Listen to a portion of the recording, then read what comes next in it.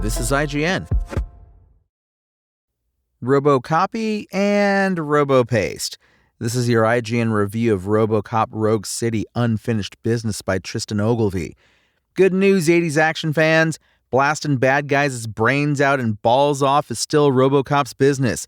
And business is unfinished.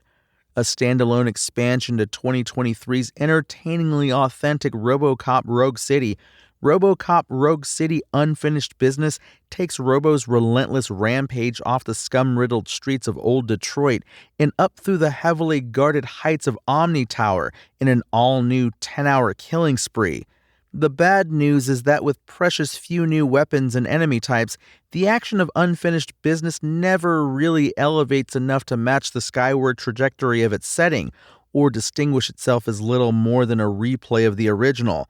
There's still plenty of ultra-violence to indulge in here, but it's a form of mindless fun that's as familiar as it is ferocious.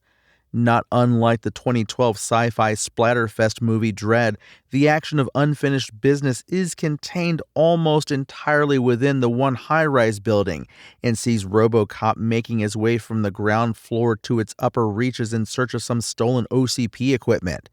It borrows a bit of BioShock as well, since Robo is initially led along by an anonymous assistant on the other end of a two-way radio, and that helps to lend a welcome air of mystery to the story's opening half, even if it doesn't eventually pay off with any shocking plot twists like Irrational Games' underwater classic.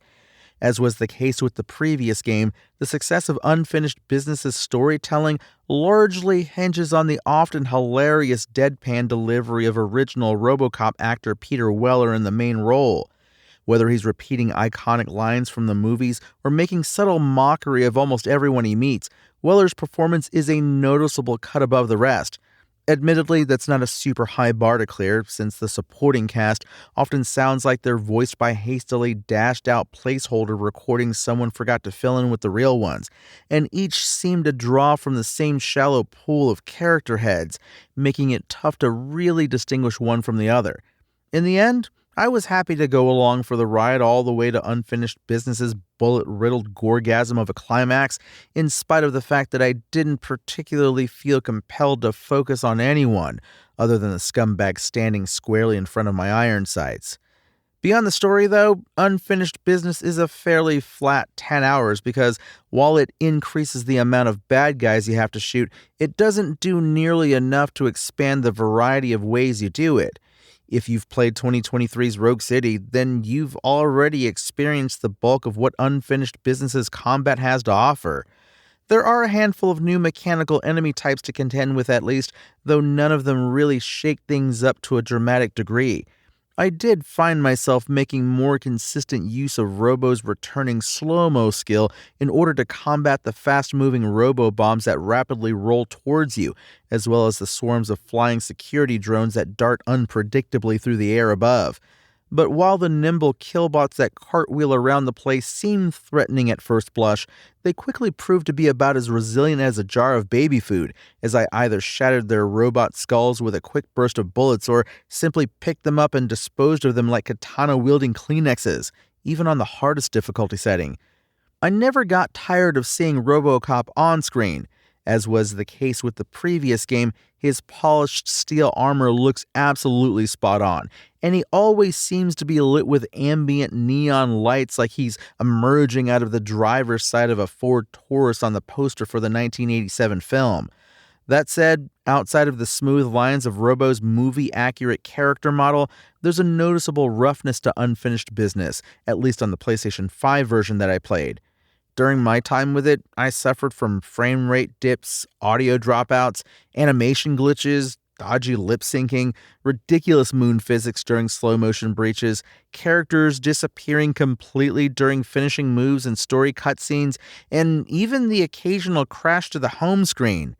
After a while, I started to wonder if the Unfinished Business title was a nod to RoboCop's everlasting quest for justice or merely a reference to the launch state of the game itself. As someone who delighted in blasting through the original RoboCop Rogue City, my hopes for this standalone Unfinished Business expansion were higher than a junkie on Nuke. However, outside of the exhilarating playable cameo from ED-209, there's really not enough new here to make another 10 hours as everyone's favorite baby food slurping super cop worth going out of your way for. Peter Weller's deadpan delivery is as endearing as ever, and the cryo gun is an icy blast, though ironically still not quite as cool to use as the Auto 9. But the supporting cast of characters is seriously shoddy, and the raft of performance issues on PlayStation 5 make for a bumpier ride than accelerating up the exit ramp from the Metro West car park. If you thirst for some more Auto 9 bursts flourished with TJ Laser-inspired twirls, then RoboCop Rogue City Unfinished Business will certainly scratch the itch on your trigger finger, but it's far from the future of law enforcement. RoboCop Rogue City Unfinished Business's IGN score? 6 out of 10. Thanks for listening to IGN. My name is Tony Jackson, and for the latest game and movie reviews, visit us at IGN.com. Spoken Layer.